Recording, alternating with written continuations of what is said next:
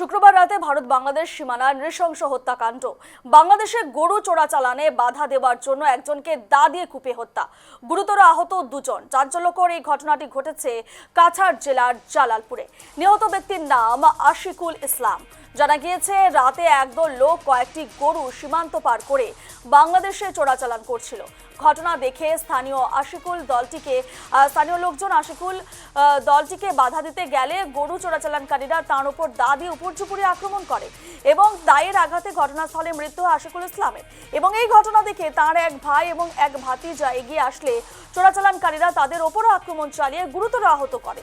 খবর পেয়ে পুলিশ ঘটনাস্থলে পৌঁছে মৃতদেহ উদ্ধার করে এবং আহত দুজনকে শিলচর মেডিকেল কলেজে পাঠায়। এই মুহূর্তে স্পষ্টভাবে আপনাদের ছবি দেখাতে পারছি না, কারণ ছবিটি যথেষ্ট উদ্বেগজনক এবং গা শিরে দেওয়ার মতন ছবি। এবং আপনাদের জানিয়ে রাখি যে শুক্রবার রাতে যে ভারত বাংলাদেশ সীমানার নৃশংস হত্যাকাণ্ডের ঘটনা ঘটেছে, বাংলাদেশের গরু চালানের বাধা দেওয়ার জন্যই কিন্তু একজনকে দা দিয়ে কুপিয়ে হত্যা করা হয়। গুরুতর আহত হয়েছেন দুজন। চাঞ্চল্যকর এই ঘটনাটি ঘটেছে কাছাড় জেলার জালালপুরে।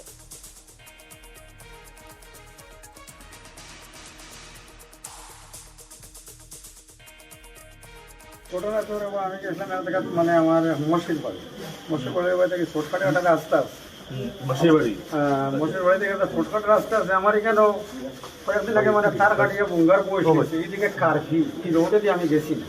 আমি এবার শর্টকাট আইতে গিয়ে আমার কোনো চাষা বাড়ির সামনে মাছের একটা আতিয়ার হয়, বৃষ্টি দিলে মাছ মানে ঢোকে। ওই সময় হ্যাঁ দেখছে পার্টি মানুষের মানে বুঙ্গার বয়সটা লইয়া যায়, হ্যাঁ দিছে শিখ, মানে একবারে হইয়া শিখ দিচ্ছে। শিখ দিতে এরা খুব বেশি মানে তাদেরকে বেরিয়া মানে মারপিট করে।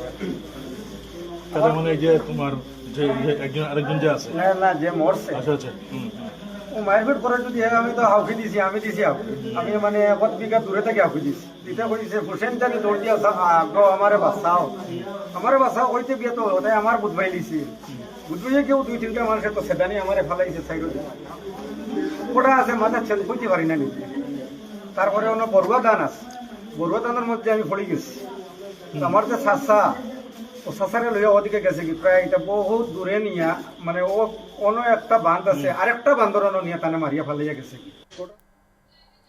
এনে বিষয়ে জানবো সরাসরি রয়েছেন আমাদের প্রতিনিধি মান্তু। যে খবর উঠে আসছে ভারত বাংলাদেশ সীমান্ত থেকে নৃশংস হত্যাকাণ্ডের ঘটনা, চোরাচালানে বাধা দেওয়া এই ধরনের হত্যাকাণ্ড, এই যে যারা চোরাচালানকারী তাদের বিষয়ে কি জানা যাচ্ছে, পুলিশ কি জানাচ্ছে, ঘটনার বিষয়ে কি জানতে পারছো?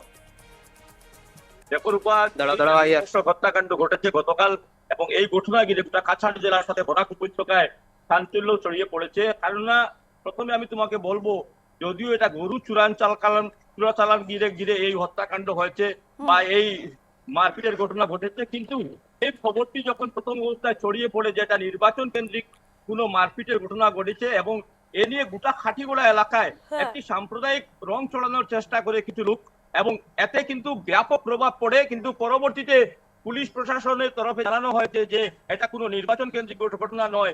জানা গেছে এই গরু চোরাচালানকারী একটি দল যখন রাতে এই ইন্দো বাংলাদেশ সীমান্তের জালালপুরের বর্ডার পার করার চেষ্টা করেছিল, তখন স্থানীয় লোক যারা বাধা দেন এবং এই আশিকুল ইসলাম ছিলেন, এবং আশিকুল ইসলামকে তখন তারা উপর্যুপরি দা দিয়ে বা ধারালো অস্ত্র দিয়ে আঘাত শুরু করে।